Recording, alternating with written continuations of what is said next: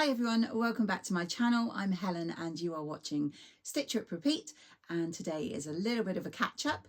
I know it's not Friday, but I've only missed it just slightly as usual. I'm going to let you know what I've been sewing, what I've been buying and plans I've got coming up. So it's been a little while, and hopefully you saw in one of my previous videos that I was taking part in the Sew Upcycle 24, which is a challenge over on Instagram that happened in October, and it is run by the lovely Karen, who is Sew Little Time, and Becky, who is Notes from the Sewing Room. Hopefully you've already seen the video. I will try and remember to link it up here, and it had my plans, and it had two different ideas, one of which I've completed and one of which I've yet to start. So I didn't quite make it in time for the reveal date, which was the 31st of October. I think I actually showed it on Instagram on the 1st of November. If you watched my video, you'll be aware that I had bought this rather oversized top from a charity shop in the summer, and I will pop in photos, in the hopes that I could make it into something else. And in the challenge, I decided to make it into the Donny shirt by Friday Pattern Company.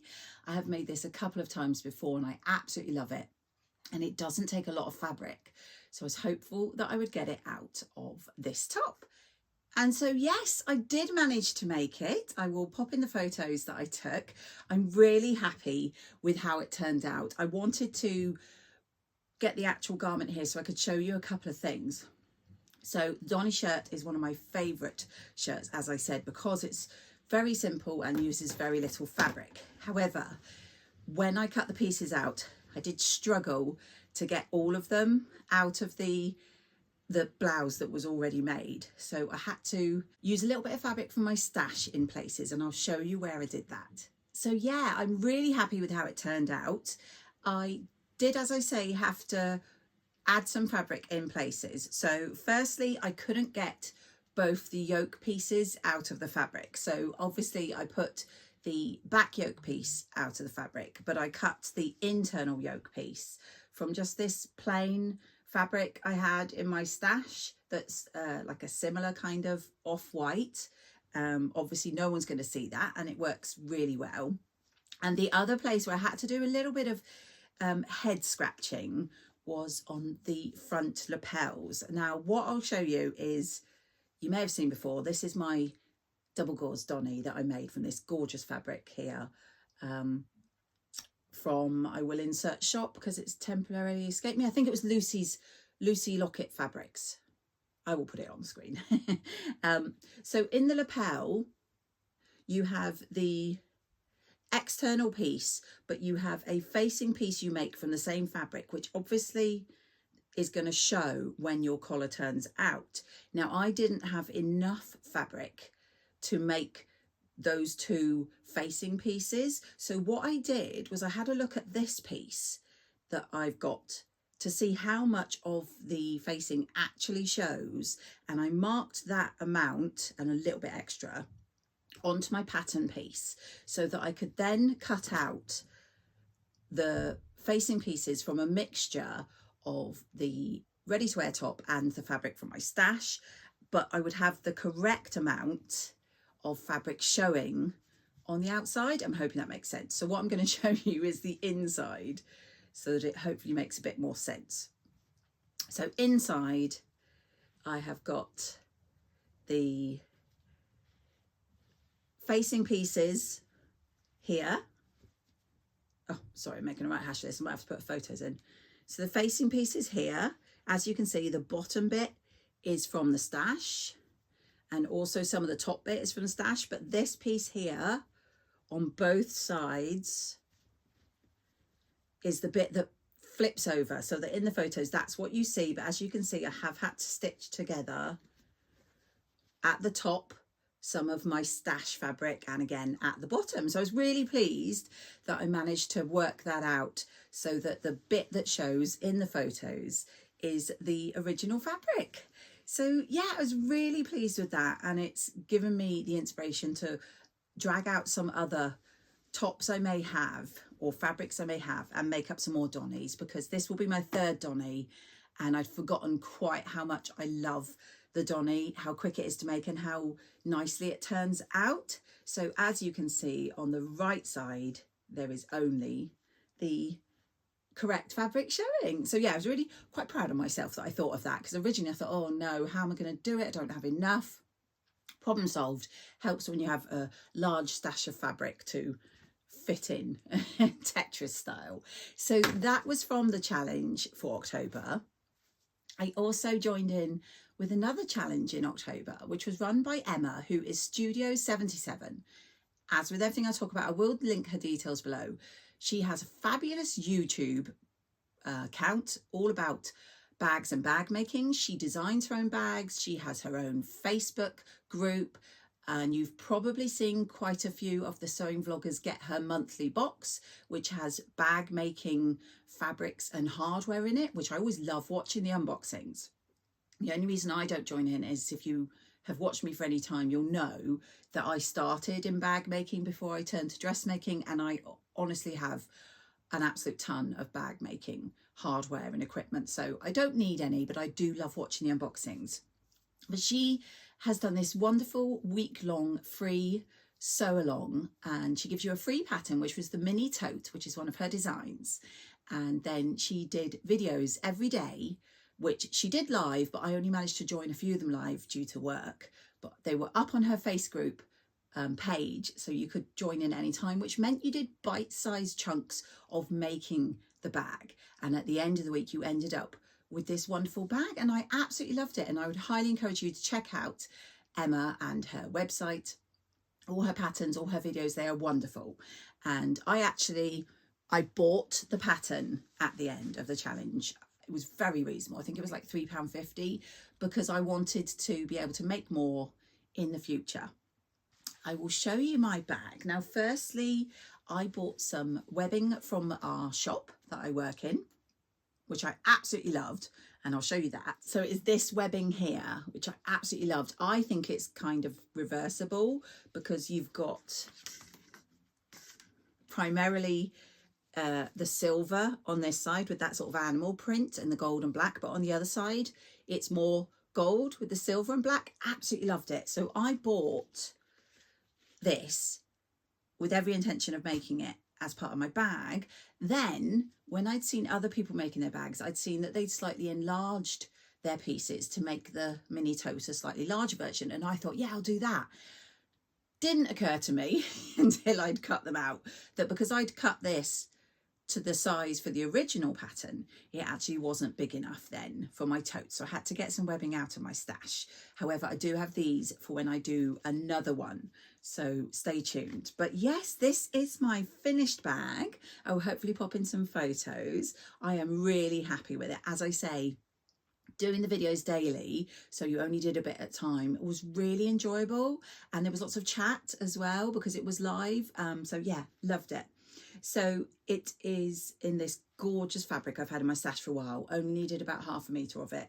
I cut the pattern for the pocket piece specifically so that I could get the bird on the middle, and I'm really happy with how it turned out.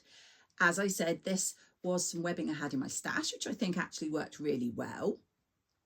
I popped in a little label because Emma did, and I thought, what a good idea. And it's got this cute little green face, and I think it's orange, oops, on the other side. And on the back there is no pocket, but again I tried to get the bird onto the back, and there's no pockets inside, it's just plain. It's got a zip fastening on the top, and I popped in rivets at the point here where the webbing stops being attached for a little bit of extra stability, and because I think it looked nice, and Emma suggested doing that if you had them. I have the big green press, so it was really nice to get that out again and pop these rivets on. And yeah, I really love this bag. I've been using it over the half term when it was Halloween time, and I am definitely planning on making some more. So that is the mini tote bag from Studio 77, and as I say, it was a free sew along challenge which I thoroughly enjoyed, and I will be making more. So those are the things I've made, which I'm quite happy with because I didn't actually have a lot of spare time in the month of October. I have, of course, got purchases to share with you. So first purchase I've got to share with you is a metre of fabric that I picked up. No idea what I'm going to make. I'm thinking either one of those makeup bags that you can, I don't know if you've seen them, I'm sure Adele showed them in a video previously. They're a circular flat, you can put all your makeup on, then you pull a drawstring and they pull up and you can put a little flap over and Velcro it shut. If I can find a photo, I'll put it in. For my daughter. If not, it's just going to be a really boring cushion cover. But it's because it is specifically this fabric. My daughter is a massive Harry Potter fan and she always gets a little bit upset because she says her favourite character doesn't have as much available products in the shops as, say, Harry or a few others. And her favourite character is Mr. Ron Weasley. So I have picked up, actually it's just 1/2 metre. So we'll see what I can make with this, of this fabric. And it was from a company called Crafts and Quilts. And I will pop their details down below. They're based in Southport. And like I say, that's just because it had Ron on. And I thought, we're getting close to Christmas. It would be nice for me to make something for my daughter. So that one was for her. Then I have fabrics I have bought for myself. And this first one, you might laugh because in, not my last video, which I think was about the challenge, but the video before when I talked about my knitting and stitching purchases, I said that I only generally buy from this company at the show because of the cost. I love their fabrics, but I tend to wait and buy a piece. That's, of course, the wonderful Fabric Godmother. But I did see them talking about some of their gorgeous new fabrics and I could not resist getting this. I have since seen that the wonderful Rachel, who is Stitched Up, has also bought this one. It's a viscose twill and I can't remember the exact name, but it is this amazing fabric here. So it has got the clouds, the stars, the suns, the moons, it's got eyes, bottles. I just love it. I just think for the festive season, it's just, I love it. I love all the colours and I quite like it's on a black base, even though I tend not to wear black. I think because of the pops of colour, it works really well. I did pick up 3 meters of this because I didn't know what I wanted to make. I wanted to have the options.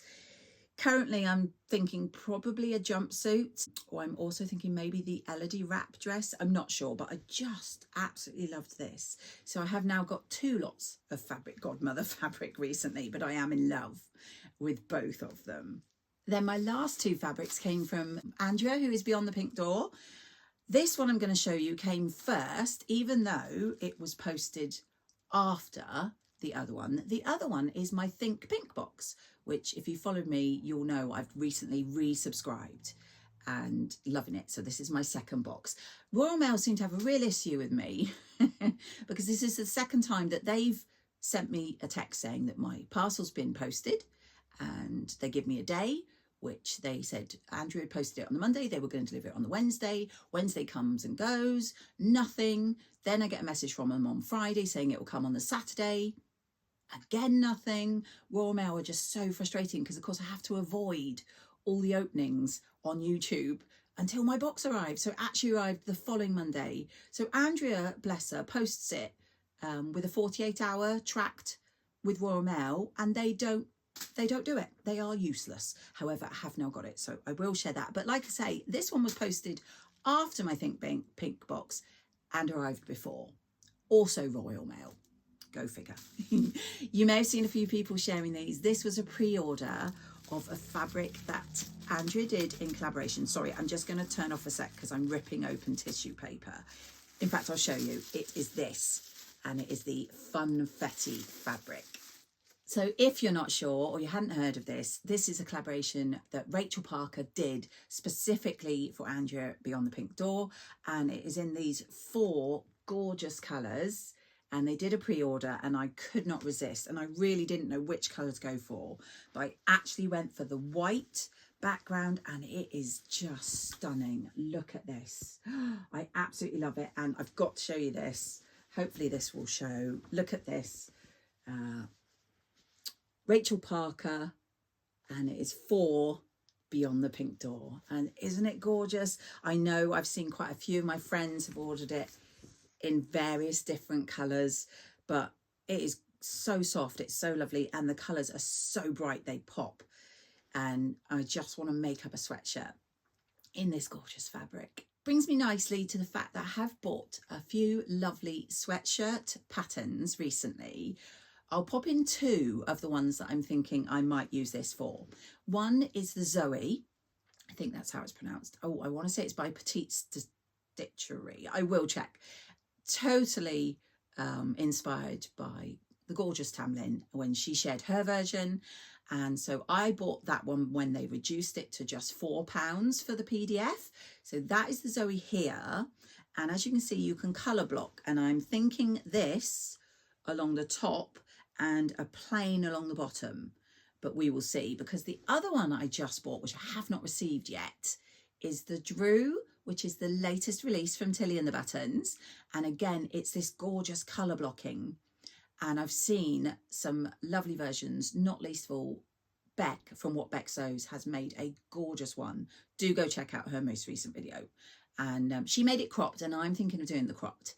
And I am waiting for the paper pattern. I bought it from Tilly, and it says it's been posted, but like I say, my post is so unreliable. But again, some sort of colour blocking, possibly using this gorgeous funfetti fabric. So that was one of the fabrics. Then, as I say, my Think Pink box did eventually arrive, and it was worth the wait. It is back to this really cute pink and yellow flowery box from Andrea there. My sticker, I think I might have stuck inside, which said, snip, snip, pretty things inside. It's got the gorgeous theme this month of those pumpkin spice. It's got the QR code on the back of this, which leads you to the ebook, which is always brilliant. And one thing I love in the ebook is the Stash Hub QR code, so I can add my fabric straight away using that, which is really useful.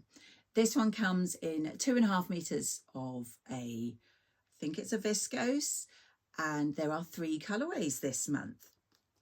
I know I'm not really doing an unboxing, but I've got this little pack of chocolates and the thread, so as you can see, that gives you a bit of a clue to my colorway. And also different little cards from this company called Little Green Stitches, and isn't that cute to give to a sewing friend? But my fabric is just gorgeous. I haven't seen all the colorways, but I've seen a couple, and they're all stunning. And it is this really large print. I'll just open it up there, of all these leaves. Mine's on a grey background with blues, greens and purples on it. Absolutely love it. And 2.5 meters of that. So again, I think for the festive season, it make a really standout item of clothing. I'm not sure what I would make yet. If you've received this fabric in any of the colorways, let me know down below what you're thinking of making. But yeah, it was worth the wait, but I am frustrated with Royal Mail because I want my box as soon as I know it's been posted. That was my last fabric purchase, and I'm really happy with everything I've got recently. I have just received my monthly labels from the Specky Seamstress. So if you haven't received yours yet, I think you probably have, but don't watch. I didn't give a disclaimer with the Think Pink because mine's so late. I imagine everyone's had theirs. In fact, people in Australia had theirs before me. But my labels, which will be going into my folder you saw I got from the wonderful Little Rosy Cheeks this month, are really cute. I'll just grab them. So you get 3 of the large ones and 4 of the small ones. The large ones say Sewing Appreciation Society, and the small ones are these really cute little cats. So as always, I love getting those. It feels like a little Christmas present to myself. That is everything I've been buying. As I said, I had plans. One of them I've mentioned already is I really want to do a sweatshirt. If you follow my Instagram, you'll have seen I've bought about 7 sweatshirt hoodie patterns recently because the winter is approaching. Our weather has turned. I really want to make all the cozy makes. So I am hoping that very soon I will either be making them to show, or I will be making plans to share with you all. So that is me for another video. I do hope you've enjoyed seeing what I've got. Please do give me a thumbs up. Give me any comments on what I've shown down below. Any suggestions for makes with fabrics is always appreciated. Also, have you received any of those patterns, the Zoe or the Drew? I'd love to hear what you think of them. I will sign off for now. I do hope you managed to get some sewing or something sewing related done. and I'll catch you all in my next video.